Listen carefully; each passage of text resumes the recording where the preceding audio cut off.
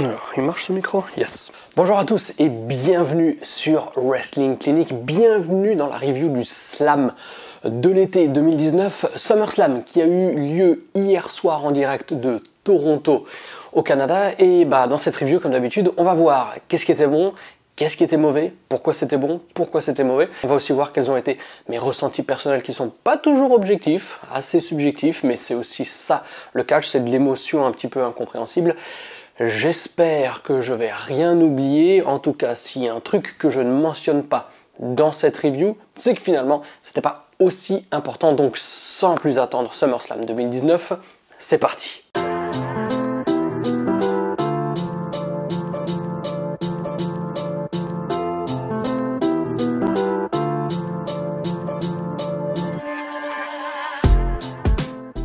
Alors le show il commence avec un match, on va dire entre guillemets un petit peu surprise parce que je pensais pas le retrouver à cette position sur la carte. C'est le match pour le championnat féminin de Raw. D'un côté, on a Becky Lynch, la championne en titre, qui va conserver sa ceinture face à Natalya, la locale de l'étape, étant donné qu'elle est du Canada. Donc ce match de soumission, c'est-à-dire qu'il faut absolument faire abandonner son adversaire pour remporter le match. Honnêtement, j'ai trouvé le match plutôt bon, presque très bon, compte tenu de la stipulation qui était assez handicapante. Un match de soumission, c'est toujours très compliqué parce que sans des pinfalls, sans des dégagements comme ça à 2,9, c'est compliqué de faire monter de la tension. Le match, il a été très bien construit, je trouve, parce qu'elles n'ont pas tenté de trop faire. Elles ont fait un match, entre guillemets, classique. Et à la fin, elles ont simplement donné 2-3 trucs pour chacune pour faire réagir le public. Et ensuite, elles ont terminé le match. C'est comme un petit peu les last man standing. Les last man standing, je trouve que c'est assez compliqué de vraiment arriver à impliquer à fond le public dans un combat. Parce que voilà... quand on va se diriger vers la fin du last man standing, et là en fait le match entre guillemets est en pause parce que l'arbitre va compter 1, 2, 3, etc. Donc ça casse un petit peu le rythme et c'est un petit peu dans une moindre mesure la même chose pour les soumissions. Mais là c'était super parce que à la fin, donc qu'est-ce qui s'est passé? Eh bien il y a Becky Lynch qui a porté le sharpshooter, il y a comme elle s'appelle, Natalya qui a porté le Disarmor, et puis à la fin, finalement, Becky Lynch reporte son Disarmor. Voilà, franchement, ouais, c'était une bonne surprise par rapport au match qui commence le show, bonne surprise par rapport à la qualité, elles n'ont pas essayé de faire trop, elles se sont vraiment cantonnées à ce qu'elles devaient faire pour pas qu'il y ait de déchets, et ça a très bien marché. Ensuite, on continue avec une interview de Trish Stratus dans les vestiaires. Alors là, moi, ça m'a franchement choqué. Comment dire? Le contenu de son interview, au-delà du fait qu'il n'y avait pas vraiment de vie et de jeu d'actrice dans son interview, mais c'est justement une conséquence directe du contenu de l'interview, c'est que l'interview, on sait... Elle utilise un vocabulaire et le contenu de l'interview, ça n'a pas sa place du tout sur un show de catch. Je veux dire, c'est n'importe quoi. Les phrases sont très compliquées, il y a des tournures alambiquées, il y a des virgules dans tous les sens. Grammaticalement, c'est assez lourd. Personne ne parle comme ça quand on a juste envie de dire « je vais te casser la gueule parce que je vais te prouver que l'ancienne génération est toujours au niveau de la nouvelle ». Voilà, point. Il n'y a pas besoin de... Enfin bref, voilà.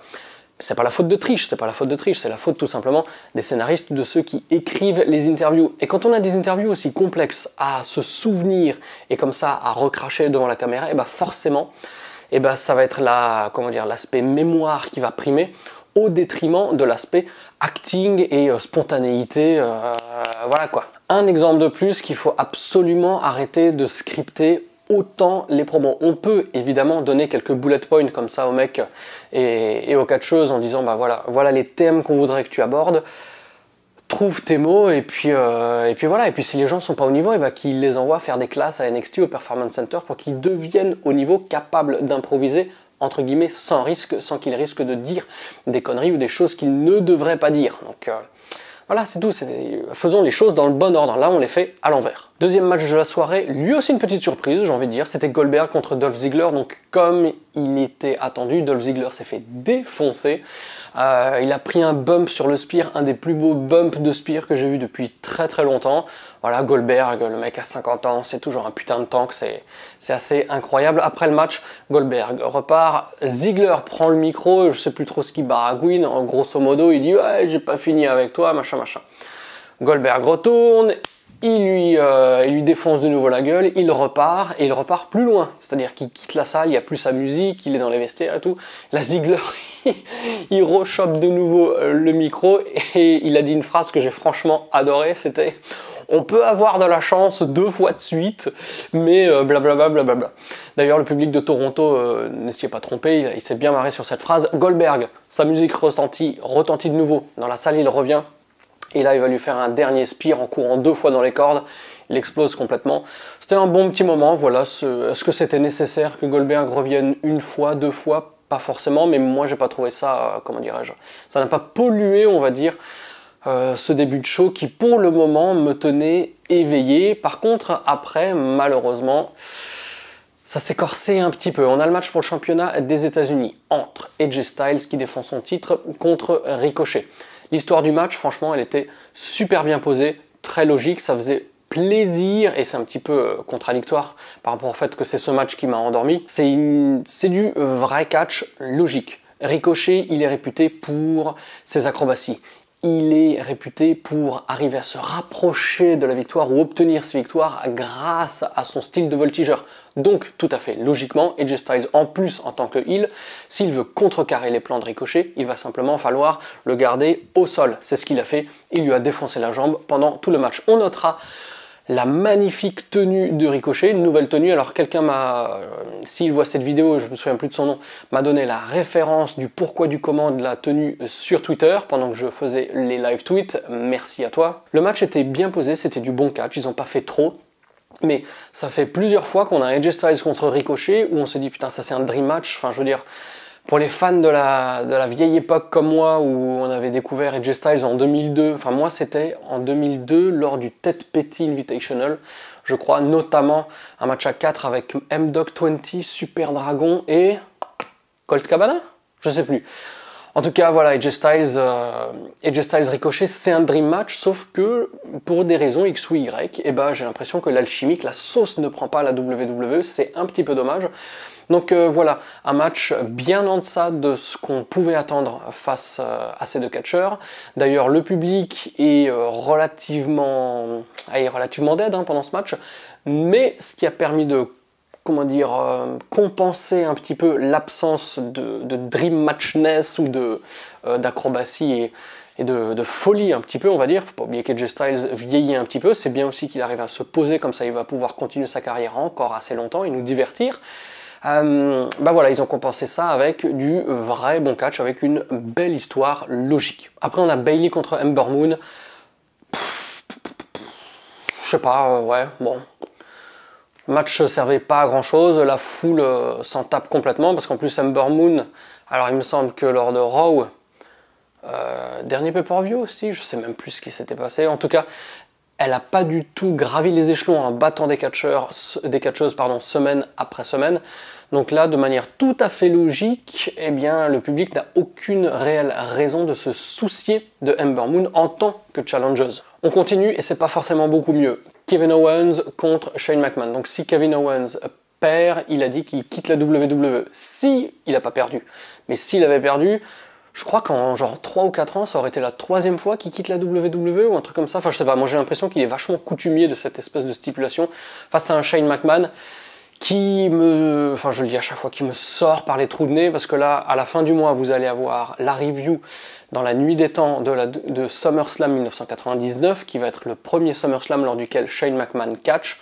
Donc ça fait 20 ans que le mec, il est là. J'ai l'impression qu'il est incapable de s'améliorer. J'ai l'impression de tout le temps... Alors on dit qu'il y a des mecs qui font toujours les mêmes matchs, genre Kevin Nash, machin truc.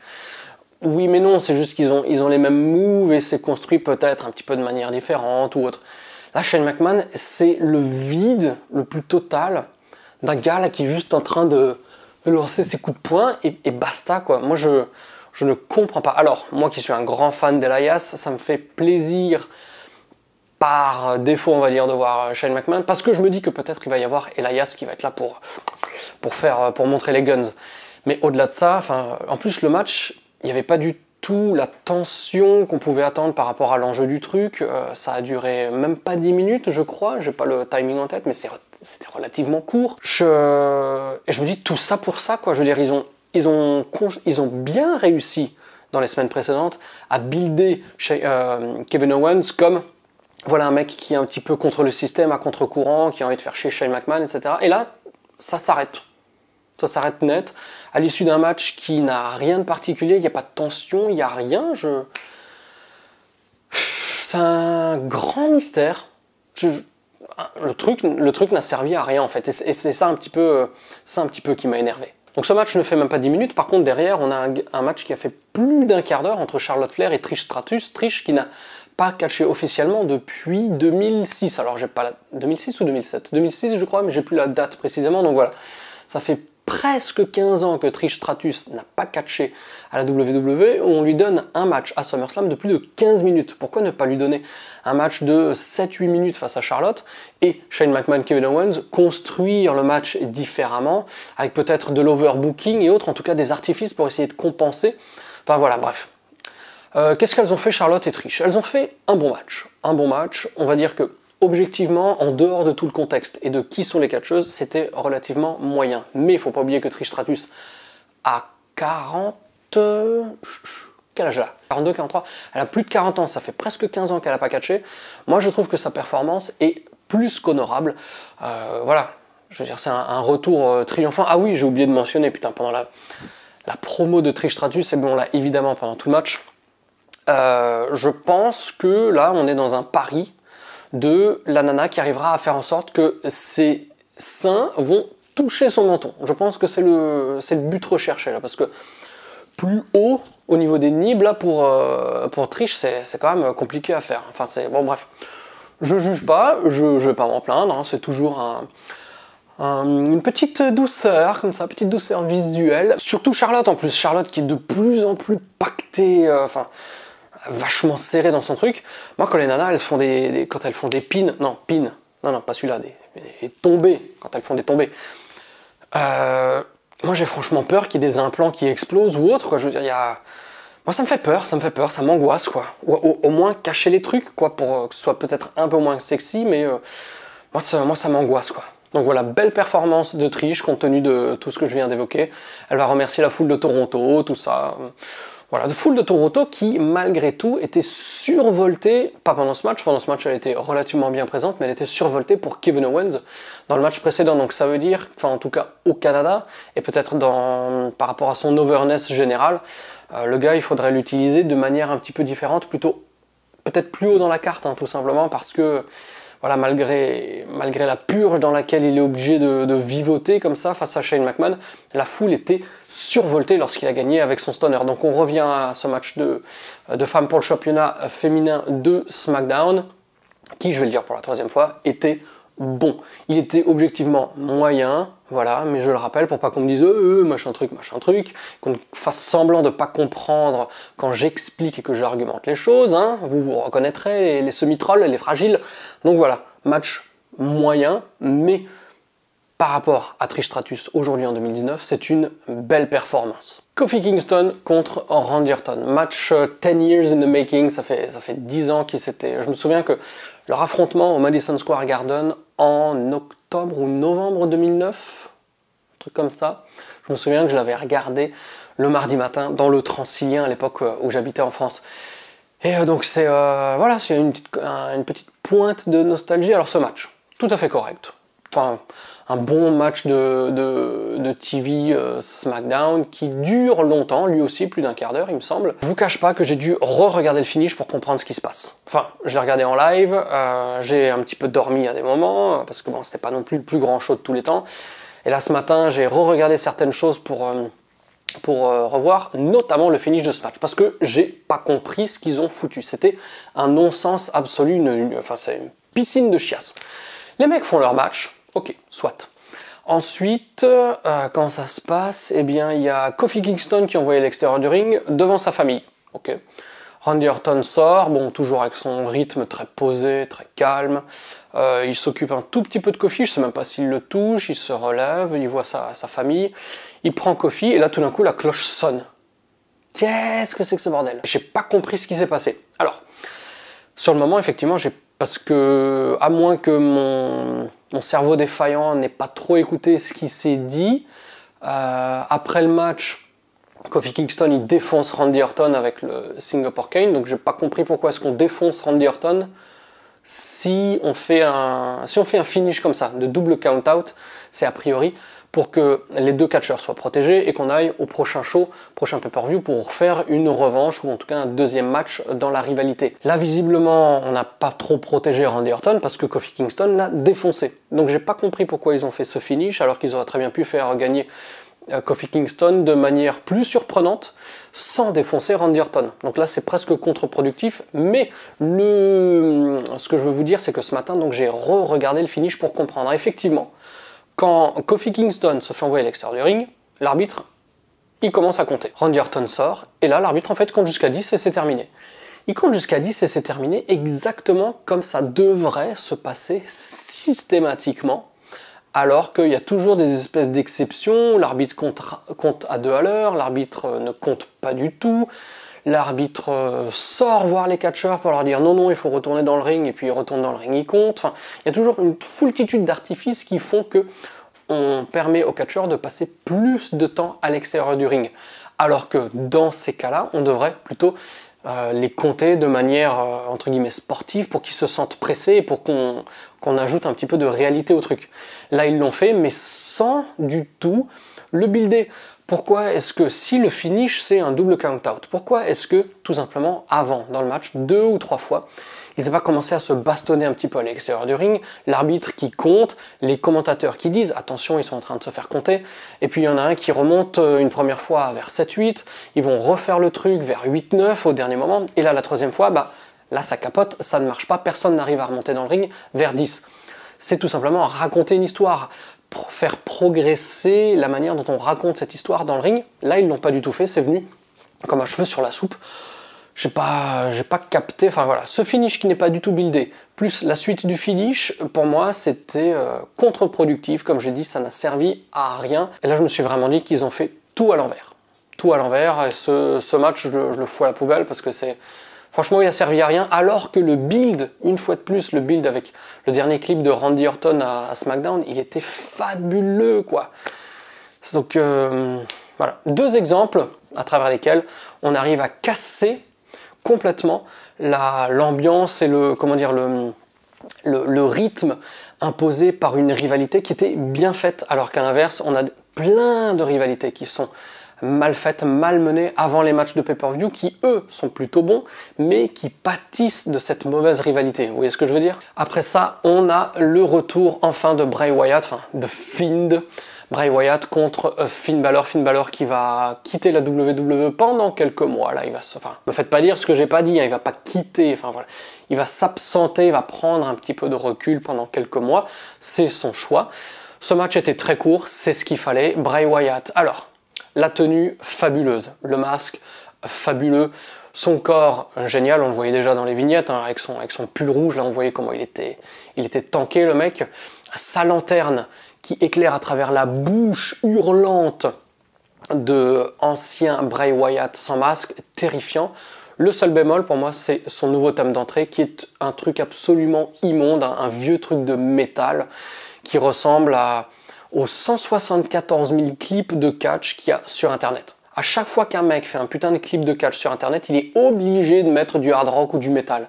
Est-ce que c'est possible une fois d'avoir un tout petit peu plus de créativité et de mettre peut-être de la musique classique, des musiques un petit peu plus douces, quelque chose qui sort de l'ordinaire pour donner plus de dimension à de l'action qui, de toute évidence, je sais pas comment expliquer ça, putain, ça m'a saoulé. En plus, le personnage de Bray Wyatt, enfin, de Fiend, et Dimitri, que je salue, m'a donné une explication, soit, mais pour moi, si le personnage, c'est un mec un petit peu comme ça, pas bipolaire, mais très creepy, très bizarre, où d'un côté il est tout feu tout flamme et de l'autre côté il est très très noir.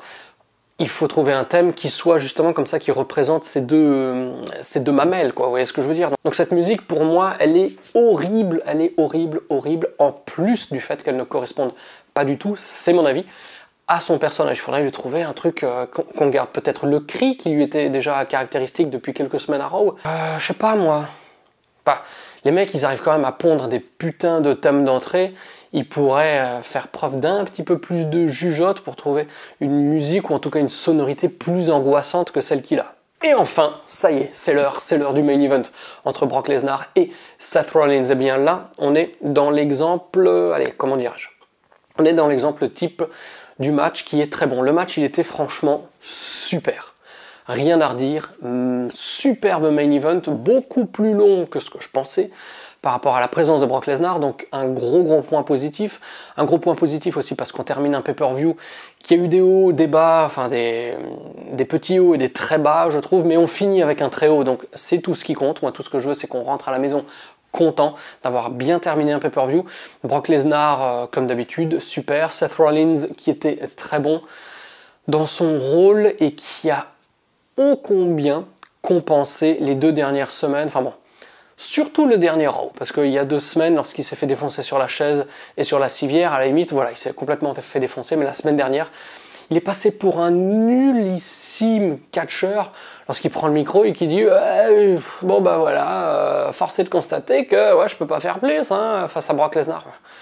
Voilà, est-ce que ça va donner envie de regarder SummerSlam? Évidemment non. Sauf que, au moins, ils ont réussi à contrebalancer cette fin de storyline complètement merdique, surtout qu'il avait déjà battu Brock Lesnar à WrestleMania. Enfin, on y était avec Ali de Catch Club, que je salue. On y était il y a, c'était quoi, 4 mois et demi. Il y a 4 mois et demi, il a battu Brock Lesnar. Alors vous allez me dire low blow, machin truc, mais c'est pas ça la question. La question c'est que il l'a battu sans 30 000 interférences, etc. Et aujourd'hui, de nouveau, il l'a battu, mais alors là, sans low blow, d'une manière beaucoup plus décisive dans un match, comme j'ai dit, qui était vraiment super, dans lequel on a vu un spot que j'ai adoré, putain. Je sais pas si on avait déjà vu ça. Donc, comment il s'appelle, Seth Rollins, il a son bandage aux côtes. Brock Lesnar le soulève. Donc il le soulève, il le prend, il le soulève comme un sachet isotherme, quoi. Le mec, il est en train de faire ses courses à Cora, sauf que c'est pas des croustibat qu'il a dans le truc, c'est Seth Rollins. Le mec pèse quand même, je pense, un petit 92-95 kilos. Hein. Et le mec, il le fait valdinguer comme ça, comme si de rien n'était. C'est un truc absolument extraordinaire. Dans un match qui était pas forcément extraordinaire, mais c'était un très bon match, très bon main event de pay-per-view qui nous permet de conclure ce SummerSlam 2019 d'une très bonne manière et qui nous donne envie, en tout cas, c'est mon opinion, de regarder Raw dès ce soir, en tout cas pour ceux qui vont le regarder en live dans la nuit ou les résultats de demain matin, pour voir un petit peu dans quelle direction on va aller à plusieurs niveaux, au niveau de AJ Styles, au niveau de Brock Lesnar, et c'est là-dessus qu'on termine SummerSlam 2019, on va dire un pay-per-view nuancé, avec, je l'ai dit un petit peu plus tôt, des petits hauts, des très bas, mais globalement, voilà, c'était un bon petit pay-per-view, mais c'était absolument pas, en tout cas à mes yeux, la grande fête estivale que doit être SummerSlam, surtout qu'on était à Toronto. Moi j'attendais beaucoup de la foule, j'étais relativement déçu. Il y a des moments où il n'y avait aucune ambiance, je veux dire AJ Styles ricochet, on entendait les mouches voler pendant certaines parties du match. Donc voilà, j'ai l'impression aussi que le public entre guillemets qui fait la réputation de certaines villes ne fait même plus le déplacement à la WWE, ou en tout cas ne fait plus le déplacement avec autant de vigueur, d'enthousiasme et de fougue que ça ait pu l'être auparavant, parce que on se souviendra de SummerSlam 2004 avec le JBL Undertaker, pendant lequel il y a eu je crois la première version de la Ola, donc c'était, voilà, Toronto, moi j'attendais un petit peu qu'ils foutent la merde, voilà, tout simplement, ça n'a pas eu lieu, mais on finit le pay-per-view avec un bon main event, donc voilà mes réactions de SummerSlam. Moi je vais vous donner rendez-vous très bientôt, en fait dans 2 jours, pour un nouvel épisode du catch dans la nuit des temps. Ceux qui suivent, vous savez si c'est ECW, WCW ou WWE. Et puis voilà, d'ici là, je continue à bosser sur d'autres petites vidéos pour les semaines et les mois à venir. Et d'ici à ce que je vous retrouve sur la chaîne, comme toujours, vous savez qu'il ne vous reste pas grand chose à faire, si ce n'est regarder du catch 24 heures sur 24 et surtout garder la passion qui vous anime. Allez, bye bye!